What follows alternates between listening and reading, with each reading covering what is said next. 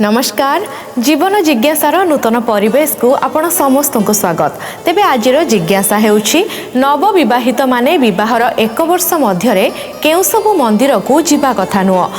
जिज्ञासार सरल समाधान पई आम सहित अछंती ज्योतिर्विद वास्तुविद डॉक्टर चित्तरंजन महापात्र। सर नमस्कार। जय जगन्नाथ। नमस्कार। सब बहुत भल प्रश्न आपण पसले कले जहाँकि लोक मानक मन में यह हुए तो अंधविश्वास हो पारे विश्वास हो पारे किंबा कौन सी लोकाचारिक मत हो पारे मत भी तो ता विषय में आलोचना करवा। जड़े नवविवाहिता दंपति जे मंदिर जावाई बारण कराए आपण मत भी अनुभव करेंगे। प्राय क्षेत्र में दर्शक बंधु मैंने अनुभव करेंगे जे आप बारण करते तो बहार वर्षे ही तू मंदिर जीव बर्तन को मंदिर जा कौन जेकोसी मंदिर हो से शिव मंदिर हो विष्णु मंदिर हो ठाकुराणी मंदिर हो मत भी यहाँ गोटे बहुत बड़ प्रश्न लोक मैंने मन में आसे उठे मत भी आज से लगी आम कार्यक्रम आज तार समाधान विचार करवा। आज्ञा देखु कौन शास्त्र लिखेनि जे नवविवाहित दंपति माने एका सांगे कौन सी मंदिर जापर ना। आज्ञा ठाकुर दर्शन पाई कौन पे आज्ञा ठाकुर दर्शन कले आम आध्यात्मिक ज्ञान आध्यात्मिक शक्ति वृद्धि घटवा सहित भगवान कृपा सानिध्य लाभ करने सहित आसुवा समस्त विपद समस्या मुक्त पाइबा। आज्ञा रोग हेले रोगी जीव डाक्तर पाखक औषध खाइब भल हम मु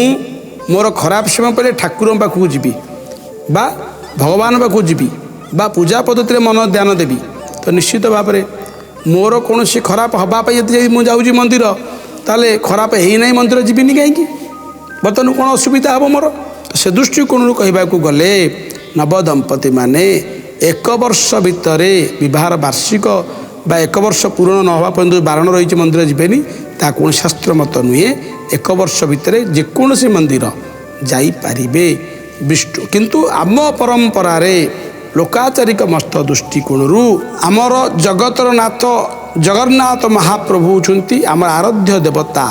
प्रत्येक कार्य शुभरे आम प्रभु जगन्नाथ को निमंत्रण कर डाकी था भी नवविवाहित दंपतिटे विवाहर परे प्रथम जगन्नाथ को दर्शन करती भावती लोक मैंने जगन्नाथ दर्शन कलापर आगे मंदिर जावा उचित नुहे ता भूल।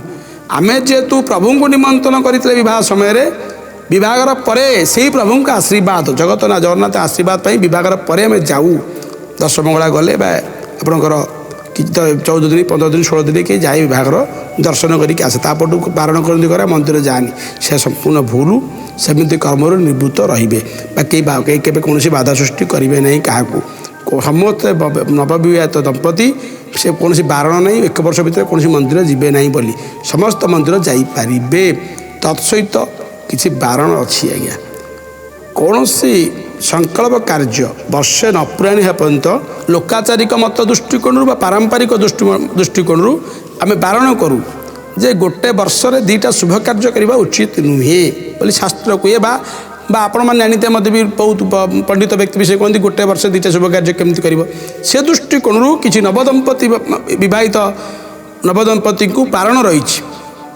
विवाह 1 वर्ष पूर्ति न पर्यंत कौन धार्मिक कार्य संकल्प करें ना।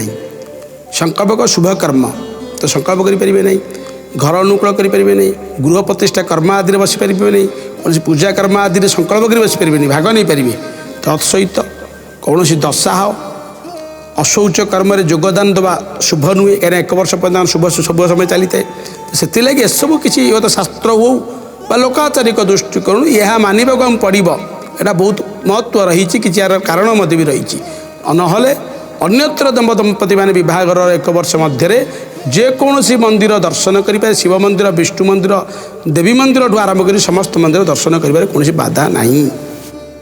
बहुत बहुत धन्यवाद सर एते सुंदर समाधान पाई। तेबे आशा करुछि दर्शक माननकु भी जिज्ञासार सरल समाधान मिली पारिथिबो। आगो को मध्य मु आपनक पाखकु आसीबी एक नूतन जिज्ञासा वो तार समाधान नै। आज पई रहुछि नमस्कार।